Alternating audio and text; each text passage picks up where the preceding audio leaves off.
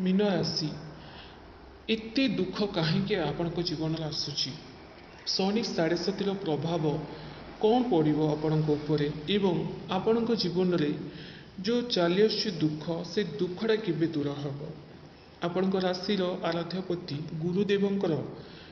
कौन रही आपण राशि उपर किसी शुभ फल ना कौ जगार आपन को अशुभ फल पकाउछंती ताहा सब किछि म आपनको एही वीडियो जणेबी एवं ता सह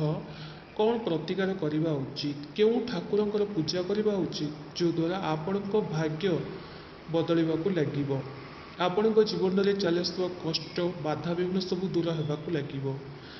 आपण को आउ निंदा अपमान सहवाक जमी न पड़ो सबू क्षेत्र में सफलता आप प्राप्ति करेंगे कौन उपाय करने को पड़ो ता सबकि आपको यही वीडियो जनइबी। सर्वप्रथम जानतु कि आपण जीवन में दुख कहीं आसूची आपण तो समस्त सहित भल ही व्यवहार कर तथापि कष्ट आपणकर पिछा छाड़नी कहीं देखु मीन राशि आपण राशि आराध्यपति होती गुरुदेव किंतु वर्तमान आपण राशि शनि 7.5 चली शनिदेव 12तम घरे रही शनिदेव 12तम घरे रही इे शनि 7.5 प्रभाव चलती किंतु आपण को सफलता मिल केतोटी राशि एमती अच्छी जोटा शनि 7.5 मध्यम बहुत हैरान होती बहुत सारा आघात धोखा पाई कली झगड़ा ये सब चली था किंतु आपण राशि शनि 7.5 चली आपण को सफलता मिल ही मिल क्यों क्षेत्र में मिल किपरि मिल देखु जो मैंने चाकरी चेष्टा कर आपणकर कैरियर मामला रे आपण को सफलता मिल केमिति मिल देखु जिते हेले भी शनिदेवंकर नेगेटिव प्रभाव पड़ी थाए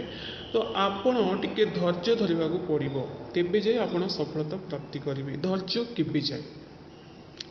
देखो धैर्य धरवा पड़ो माने आपण हठात आपण को जदि किसी पसंद न आसिले से ही कथार रिएक्ट करूँ ना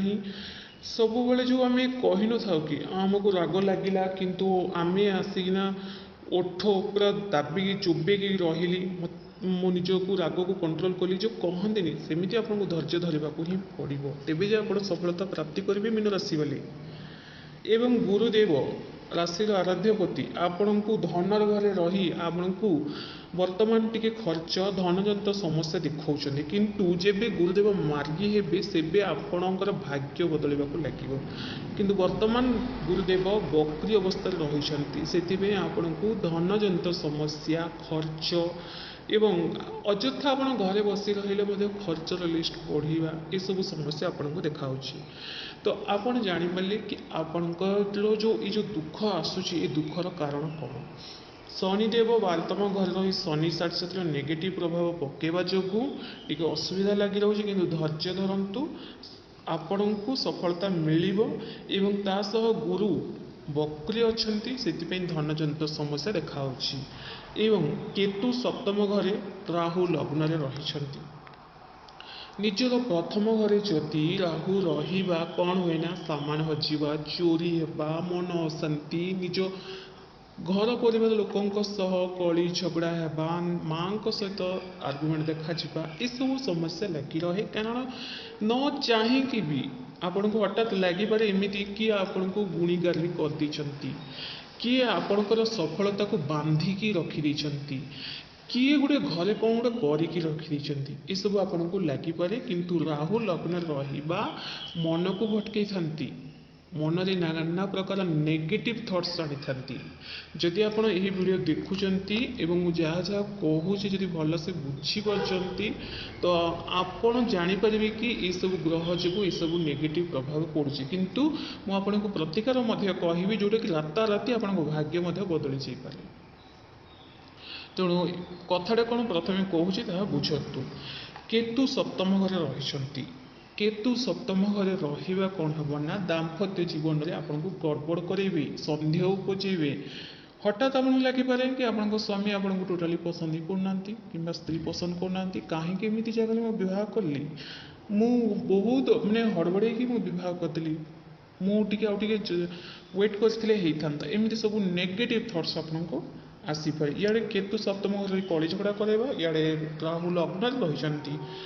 ରାହୁ ଅନ୍ୟ କୌଣସି ସ୍ଥାନରେ ବିରାଜିତ ହେଇଥିଲେ ଅନ୍ୟ କଥା, କିନ୍ତୁ ଆପଣଙ୍କୁ ଲଗ୍ନରେ ରହିବା, ଇଆଡ଼େ ଶନି 7.5ରେ ଏତେ ନେଗେଟିଭ୍ ପ୍ରଭାବ ପଡ଼ିବ ନାହିଁ ଯେତିକି ରାହୁ ଲଗ୍ନରେ ରହି ଆପଣଙ୍କୁ ଦେବେ ନେଗେଟିଭ୍ ମାନେ ଆପଣଙ୍କୁ ସେ କରେଇବେନି, ଆପଣଙ୍କ ମନରେ ଏମିତି ପ୍ରକାର ବିଚାର ଆଣିବେ, ହଠାତ୍ ଯାଉଥିବା ଲୋକ ଉପରେ ମଧ୍ୟ ଆପଣଙ୍କୁ ସନ୍ଦେହ କରେଇବେ। ଏବଂ ଏ ଯେଉଁ ମୀନ ରାଶି ଗଲେ ଏହି ସମୟରେ ଆପଣ ବ୍ଲେମ୍ ମଧ୍ୟ ହେଇପାରନ୍ତି, ତେଣୁ ଟିକେ ଜାଗୃତ। ଯଦି ଆପଣ ନିଜ ପରିବାର ଲୋକଙ୍କୁ ଯଦି ଆପଣ ତ ପରିବାର ଲୋକଙ୍କୁ ବହୁତ ଭଲ ପାଆନ୍ତି, ଭଲ ପାଇବା ଦେଇଥାନ୍ତି, ତାଙ୍କୁ ସାହାଯ୍ୟ ମଧ୍ୟ କରିଥାନ୍ତି, କିନ୍ତୁ ଏହି ସମୟରେ ପରିବାର ଲୋକେ ଯଦି କିଛି କହିଲେ ଚୁପ୍ ରହିଯାଆନ୍ତୁ, ଧୈର୍ଯ୍ୟ ଧରନ୍ତୁ। ଯେମିତି ଭିଡ଼ିଓର ଟିକେ ଆଗରୁ କହିଲି, ସେଇଟା କଲେ ଆପଣଙ୍କ ପାଇଁ ଭଲ। ଆଉ ସବୁବେଳେ ଧୈର୍ଯ୍ୟ ଧରିକିନା କିଛି ସଫଳତା ମିଳୁନି ଏହା ଭାବନ୍ତୁନି, କାରଣ ଶନିଦେବ ନ୍ୟାୟର ଦେବତା ଅଟନ୍ତି ଏବଂ ଆପଣଙ୍କୁ ଶନି 7.5 ମାଧ୍ୟମରେ ହିଁ ରଙ୍କରୁ ରାଜା ମଧ୍ୟ କରେଇବେ, ଏହା ସତ୍ୟ ଅଟେ। ତେଣୁ ଆପଣ ଟିକେ ପେସେନ୍ସ ରଖିବା ଉଚିତ। ଏବଂ ଦାମ୍ପତ୍ୟ ଜୀବନରେ ମଧ୍ୟ କୌଣସି ପ୍ରକାର ସନ୍ଦେହ କିମ୍ବା ନିଜର ହଜବେଣ୍ଡ ୱାଇଫ୍ ଭିତରେ ଚାଲୁଥିବା କଥାଟାକୁ ବାହାରେ କାହାକୁ ଡିକ୍ଲେୟାର କରନ୍ତୁନି କି ମୋତେ ଏମିତି କହିଲା ସେମିତି କହିଲା, ନଚେତ୍ କଥାଟା କୋର୍ଟ କଚେରୀ ଆଡ଼କୁ ଯାଇ ଯେଉଁ ଆପଣଙ୍କ ପାଇଁ ଭଲ ହେବାକୁ ଯାଉଥିବ ସେଇଟା ମଧ୍ୟ ଭଲ ହେଇପାରିବ ନାହିଁ। ମୀନ ରାଶି ଗଲେ କ'ଣ କରିବେ କି ସବୁକିଛି ଆପଣଙ୍କର ଇଚ୍ଛା ଅନୁଯାୟୀ ଚାଲୁ ଏବଂ ଏ ଯେଉଁ ଦୁଃଖ କଷ୍ଟ ଏସବୁ ଯେଉଁ ଚାଲୁଛି ଏସବୁ କଟିଯାଉ, ଜୀବନରେ ଆଉ ଦୁଃଖ କଷ୍ଟ ନ ଆସୁ, ଚାକିରି ମିଳୁ, ଘର ପରିବାର ଲୋକଙ୍କ ସହ ହସ ଖୁସି ରହିବି। ଯଦି ଆପଣ ଚାହୁଁଛନ୍ତି ତ ନିଶ୍ଚିତ ଭାବରେ ଆପଣ ଟିକେ ପୂଜା ପାଠ ଉପରେ ଟିକେ ଧ୍ୟାନ ଦିଅନ୍ତୁ। ହତାଶ ହେଇଯାଆନ୍ତୁନି କି ମୁଁ ଠାକୁରଙ୍କୁ ବହୁତ ସାରା ପୂଜା କଲେ ମଧ୍ୟ ମୋତେ କିଛି ବି ମିଳୁନାହିଁ, ସଫଳତା ମିଳୁନାହିଁ, ଏମିତି ଟୋଟାଲି ଭାବନ୍ତୁନି। କାରଣ ଆପଣଙ୍କ ରାଶିର ଆରାଧ୍ୟପତି ହେଉଛନ୍ତି ଗୁରୁଦେବ। ଯେତିକି ଆପଣ ଆଧ୍ୟାତ୍ମିକ ପ୍ରତି ଧ୍ୟାନ ଦେବେ, ହାରିବେ, ଜୀବନରେ ହାରିବେ, କିନ୍ତୁ ହାରିଲେ ବି ଉଠିବି ନିଶ୍ଚୟ, ଏହା ମଧ୍ୟ ଜାଣି ରଖନ୍ତୁ। ତେଣୁ ହାରିକି ବି ଉଠିବା ସେହି ତାକତ ଆପଣଙ୍କ ଭିତରେ ହିଁ ଅଛି। ଏବଂ ଏଇ ଯେଉଁ ସମୟ ଆପଣଙ୍କର ଶନି 7.5 ଚାଲିଛି, ତେଣୁ ଆପଣ ଯେତିକି ପୂଜା ପାଠ ଉପରେ ଧ୍ୟାନ ଦେବେ ଆପଣଙ୍କ ପାଇଁ ଭଲ। ଏବଂ ହନୁମାନ ଚାଳିଶା ପାଠ କରନ୍ତୁ, ହନୁମାନ ଚାଳିଶା, ସୁନ୍ଦରକାଣ୍ଡ, ବଜ୍ରଙ୍ଗୀ ବାଣ ଏସବୁ ପାଠ କରନ୍ତୁ, ହନୁମାନ ମନ୍ଦିର ଯିବା ଆରମ୍ଭ କରନ୍ତୁ ଏବଂ ପ୍ରତ୍ୟେକ ଦିନ ରାମ ନାମ 108 ଥର ଲେଖା ଜପ କରନ୍ତୁ। ଗୋଟେ ମାଳଟେ କିଣିକି ଆଣନ୍ତୁ, ଆପଣ ଇସ୍କନ ମନ୍ଦିର ମଧ୍ୟ କିଣି ଆଣିପାରନ୍ତି, ନଚେତ୍ ରାଧାକୃଷ୍ଣ ମନ୍ଦିରରେ ମାନେ ନାମ ଜପିବା ପାଇଁ ତ କିଣିକି ଆଣନ୍ତୁ। ତୁଳସୀ ମାଳ, ଜପ ମାଳ ଯେଉଁଟା ଆମେ କହିଥାଉ, ତ ସେହିଥିରେ ରାମ ନାମ 108 ଥର ଲେଖା ଜପ କରନ୍ତୁ। ଏବଂ ଆପଣ ହନୁମାନ ଚାଳିଶା ଯେତିକି ଥର ପାଠ କରିବେ, 7 ଥର, 11 ଥର, 9 ଥର, 21 ଥର, 100 ଥର, 108 ଥର ଆପଣଙ୍କ ଇଚ୍ଛା ଅନୁସାରେ ଆପଣ ପାଠ କରିପାରନ୍ତି। ଦେଖନ୍ତୁ, ଜପ କରିବା ପାଇଁ କଷ୍ଟ ଅଟେ, କହିପାରନ୍ତି ଆପଣ 100 ଥର ଜପ କରିବା ବହୁତ, ଗୋଟେ ଜାଗାରେ ବସି ଜପ କରିବାଟା ବହୁତ କଷ୍ଟ ଅଟେ, କିନ୍ତୁ ଯଦି ଆପଣ ଜପ କରିଦେବେ ନା, ସେ ତା ଆର ଦିନଠାରୁ ଆପଣଙ୍କ ଭାଗ୍ୟ ବଦଳିବାକୁ ଲାଗିବ। ଆପଣ ଚାହୁଁଛନ୍ତି ଧନ ଆସୁ ବୋଲି, କିନ୍ତୁ ଧନ ନ ଆସିଲେ ମଧ୍ୟ ଆପଣଙ୍କର 10 ବର୍ଷର ପେଣ୍ଡିଂ କାମ ସବୁ ଗୋଟେ ଆଡ଼ୁ ହିଁ ସବୁ କିଛି ପୂରଣ ହେବାକୁ ଲାଗିବ, ଏହା ସତ୍ୟ ଅଟେ। ଏବଂ ହନୁମାନ ଚାଳିଶା ମଧ୍ୟ ଆପଣ ପାଠ କରନ୍ତୁ ପ୍ରତ୍ୟେକ ଦିନ, ଯେତିକି ମୁଁ କହିଲି ସେ ଅନୁସାରେ ପାଠ କରନ୍ତୁ। ଆପଣଙ୍କ ସକ୍ଷମ ଅନୁସାରେ 7 ଥର, 11 ଥର, 100 ଥର, 108 ଥର ଯେତିକି ବି ପାଠ କରିପାରନ୍ତି, କିନ୍ତୁ ସୁନ୍ଦରକାଣ୍ଡ, ବଜରଙ୍ଗୀ ବାଣ ମଧ୍ୟ ପାଠ କରନ୍ତୁ। ହନୁମାନ ମନ୍ଦିର ଯିବାଟା ଆରମ୍ଭ କରିଦିଅନ୍ତୁ ଏବଂ ମଙ୍ଗଳବାର ହେଲେ କିଛି ଦାନ ମଧ୍ୟ କରନ୍ତୁ। ଦାନରେ ଆପଣ କ'ଣ କରିବେ ନା, ମସୁର ଡାଲି, ନାଲି ରଙ୍ଗର ମସୁର ଡାଲି ଦାନ କରନ୍ତୁ। ଦେଖନ୍ତୁ, ଦାନ ଏମିତି କରନ୍ତୁ ଯେଉଁଟାକି ଯଦି ଆପଣ ଜଣକୁ ଦେଉଛନ୍ତି ତ ତାଙ୍କର ଯେମିତି ୟୁଜ୍ ହେବ, ଏହା ନୁହେଁ କି ଖାଲି ନାମକୁ ଦେଲି, ଏହା କରିବା ଗୋଟେ ଖରାପ କର୍ମ ହିଁ ଆପଣ ଆଟ୍ରାକ୍ଟ କରିବେ। ତେଣୁ ଏମିତି କରନ୍ତୁନି,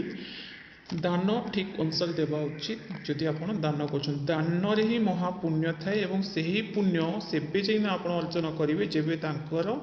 କାମରେ ଆସିବ। ସେମାନେ ଯଦି ରୋଷେଇ କରି ଖାଇବେ ବି, ଯେମିତିକି ତାଙ୍କ ପେଟ ପୁରା ଭୋଜନ କଲା ଭଳିଆ। ତ ନିଶ୍ଚିତ ଭାବରେ ଏହି ସବୁ ଉପାୟ ଆପଣ କରନ୍ତୁ। ଧୀରେ ଧୀରେ ଆପଣଙ୍କର ଯେଉଁ ଶନି 7.5ରେ କୌଣସି ପ୍ରକାର ନେଗେଟିଭ୍ ପ୍ରଭାବ ପଡ଼ିବନି ଏବଂ ଆପଣଙ୍କର ଦୁଃଖଟା ଦୂର ହେବ। ଭିଡ଼ିଓ ଯଦି ଆପଣଙ୍କୁ ପସନ୍ଦ ଆସିଥାଏ ତାହେଲେ ଲାଇକ୍ କରିଦିଅନ୍ତୁ। ଧନ୍ୟବାଦ।